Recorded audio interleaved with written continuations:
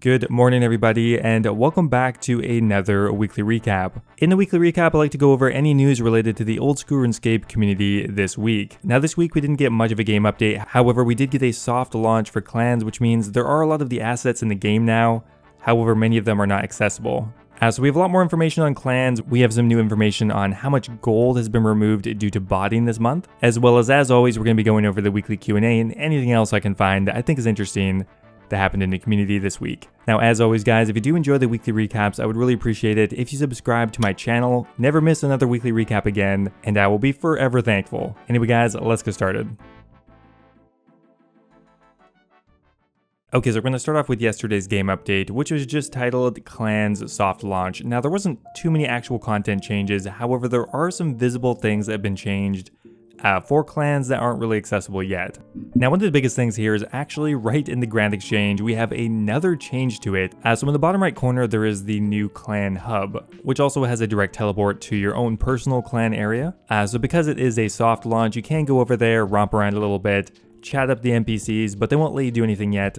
Now, there isn't that much information regarding the clan hall yet. However, during the Q&A, they do mention a couple of pieces of really interesting and important information regarding the clan hall. Now, first up here, it's not going to be similar to the RS3 Citadel, which is the closest comparison. There's not going to be any cost to maintain it or an experience requirement. Simply, the clan hall is going to be a private instance for your clan. Now, you can choose to open it up for other guests, but you don't have to. It's really just a place where your clan can chill together. Importantly, there will be a bank. That one actually wasn't a certainty. For a while, it looked like jagex was not going to put a bank in the clan hall because they didn't want to siphon players from the main game world into instances.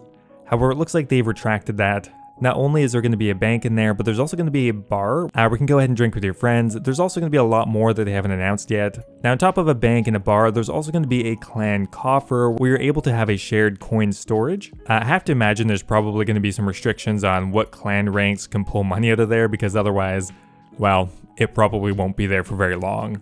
Personally, I'm really happy that they did put a bank in here. Otherwise, I can't imagine many people would hang out there, XP waste and all of that. So simply because of the bank, I think it's actually going to be a very fun place to hang out with your clan, and I am very excited.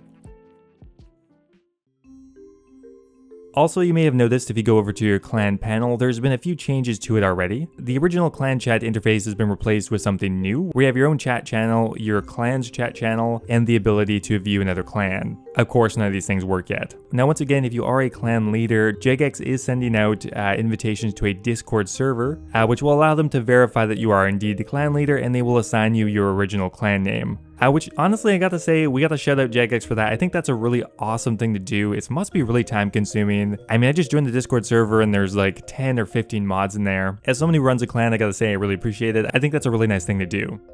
Now, another thing that is changing is the legacy chat channel that used to be known as the Friends chat has been renamed. The old text will now appear in the channel tab of the chat box, freeing up the clan tab for the next week.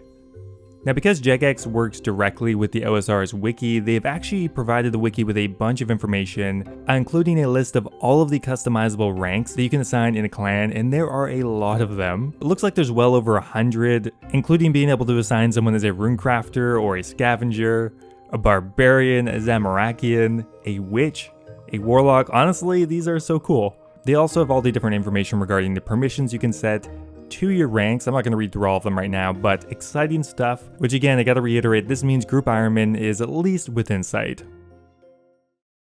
Alright, so this week you may also have noticed that the new A Kingdom Divided quest is now in your quest journal. It is grayed out, which means it's not an active quest in the game yet. However, you can open it up and make sure you have all of the correct requirements for it. And that's not the only Easter egg that people have noticed in game. It looks like this week there was a bit of a teaser regarding A Kingdom Divided.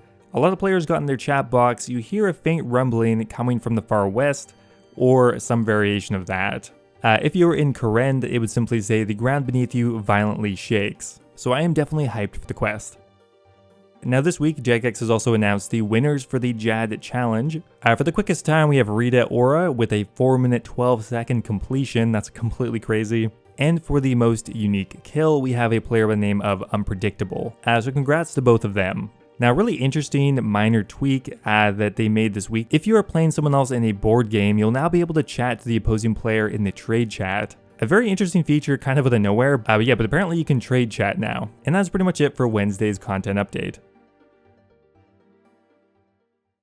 Now, it wouldn't be an old school RuneScape update without a couple of bugs. Yesterday there was actually a cold fix deployed to fix two major things. First up here, for some reason, all of the PvP worlds became free to play PvP worlds. That's kind of funny. And there was also an issue with the Kraken boss. Those two things were quickly fixed, so no harm, no foul. And the rest of the week is going to be spent trying to iron out any bugs from the clan system. Now, just a few days ago, Mod Tyrant has actually released more anti-cheating figures for the last 30 days of old school RuneScape. For example, in the last 30 days alone, there were 1.2 million bots removed just in old school RuneScape. Of the 1.3 million of those bots, around 1 million of them were suicide bots, meaning that they just ran over and over again until they were banned. So a large number of them are suicide bots. That's kind of interesting to know. Over 25,000 players were banned for real-world trading reasons, and over 1 trillion GP was removed from the game just in the last 30 days. That is crazy, actually. Honestly, at the rate they're going, we might get some gold deflation. Maybe that's why things are dropping in value so much. Very interesting information, though. Now, this week marks a heartwarming return to the Postbag from the swamp. Now, this is something that jagex used to run. I think the last entry was 7 years ago. It's just kind of a lore building, newspaper style segment. Very cool. Now, on top of that, we also got a bit more lore regarding Kourend via the Kourend Chronicles. If you are interested in lore regarding the new A Kingdom Divided quest, there will be a link in the description for that. And finally, if you did miss it last week, you are now able to pick up your own personal Orb of Oculus. Essentially, it allows you to have a free cam movement around RuneScape. If you want to get cinematic shots or just kind of mess around and float around to areas that you can't access yourself, go ahead and grab the Oculus Orb from Diango in Draenor Village. And that's pretty much it for news this week. Okay, finally here guys, we're going to do a recap of this week's Q&A.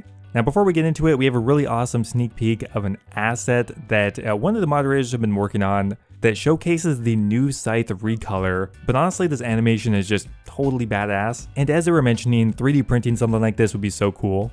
Okay, so a lot of the questions are regarding clans because they are coming out next week. Now first up here, will you be able to join more than one clan at a time? Now unfortunately, no, you can only be in one clan at a time. However, you are able to be a guest in another, so technically you can be a guest in one clan and a member of another. Will there be more info on Group Ironman soon? The only info they gave here is Group Ironman is in the very early stages of development, which means they probably just started on it, unfortunately. Would it be possible to have a clan collection log? Possible, sure, but of course a lot of engine work and probably not a priority right now. Now in terms of raids, will you now join a raid through the new clan system? Nope, that has not been changed at all. We're not touching raids. To join a raid, you're still going to have to go through the original friends chat system. Will there be the ability to add in a custom rank? Unfortunately, they don't have the ability to do that yet. Of course, more engine work, and it would require moderating as well. Will Ironman players be allowed to join the clan portal? Yes, Ironman will pretty much have full access to the clan hall. The only thing they won't have access to is the clan coffer. When are we going to get the Gielinor Gazette back? The Gielinor Gazette will be returning next week or the week after that, which will be accompanied by a leadership dev stream, where they're going to be going over an up-to-date content roadmap that is going to go all the way until July. And they're going to talk a little bit more about the summer announcements that everyone is very much looking forward to. Anyway guys, that is it for the weekly Q&A, and that is it for the weekly recap. Hope you guys enjoyed it. As always, thanks for watching, and I'll see you next week.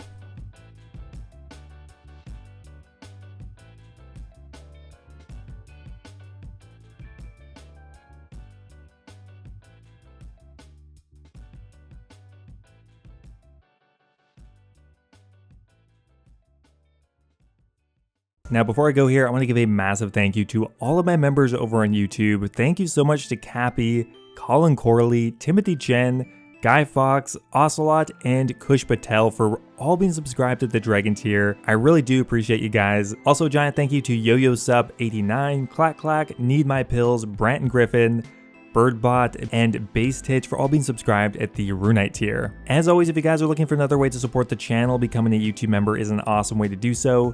You can become immortalized in all of my future videos, get access to my video release schedule, and of course get a custom role in my Discord server. Thanks again guys, and I will see you next time.